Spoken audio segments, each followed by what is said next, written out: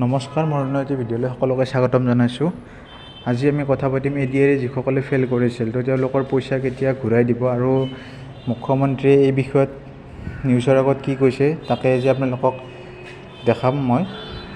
তো আমি এটা কথা সকলোৱে হয়তো গম পাওঁ যে অনলাইন কৰাৰ সময়ত বহুতৰে পইচা CSC বা অনলাইন দোকানবিলাকে পে' কৰি দিছিলে তেওঁলোকৰ নিজৰ একাউণ্টৰ পৰা বহুতো ষ্টুডেণ্টৰ।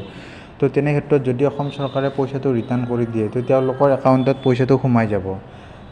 কিছুমান CSC বা অনলাইন দোকানবিলাকে 50-60টা ষ্টুডেণ্টৰ পইচাটো একেলগে পে' কৰি দিছে। তো অসম চৰকাৰে ৰিটাৰ্ণ কৰিলেও তেখেতৰ একাউণ্টতে দিব লাগিব, কাৰণ সেই একাউণ্ট নাম্বাৰৰ পৰা পইচাটো যিহেতু পে' কৰি দিছিলে। তো তেনে ক্ষেত্ৰত বহুতো প্ৰব্লেম আহি পৰিব, কাৰণ ষ্টুডেণ্টবিলাকক পইচাটো দোকানীবিলাকে বা CSCবিলাকে ৰিটাৰ্ণ নকৰিবও পাৰে, কাৰণ পইচা নোসোমোৱা বুলিও ক'ব পাৰে। তো তেনে ক্ষেত্ৰত মুখ্যমন্ত্ৰীয়ে কি কৈছে এইটো আপোনালোকক দেখাম আজি, আৰু পইচাটো ৰিটাৰ্ণ কেতিয়া কৰিব আৰু কেনেকৈ কৰিব এই গোটেইখিনি আপোনালোকে এই ভিডিঅ'টোত জানিব পাৰিব।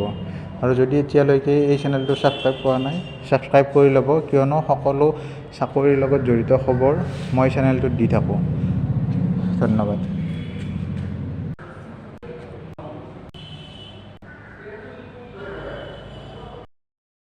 যিটো এপইণ্টমেণ্ট আছে 1000-ৰ, সেই এপইণ্টমেণ্টটো হোৱাৰ পিছতে ফাইনেল পিকচাৰখন ওলাব যে কিমানে পালে আৰু নাপালে।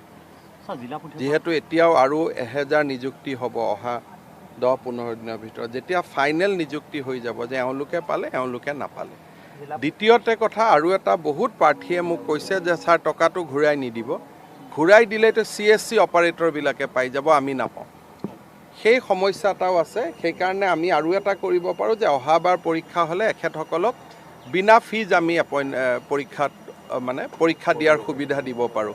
কাৰণ বহুত প্ৰাৰ্থীয়ে মোক হোৱাটছআপত জনাইছে যে ছাৰ আমিতো CSC অপাৰেটৰৰ পৰাহে দিছিলোঁ, আৰু আমিও দেখিছোঁ এটা নম্বৰৰ পৰা 200টা কেণ্ডিডেটে পৰীক্ষাৰ পইচা দিছে। গতিকে টকাটো ঘূৰাই দিয়াৰ লগে লগে পইচাটোতো CSC অপাৰেটৰবিলাকৰ হাতত গুচি যাব।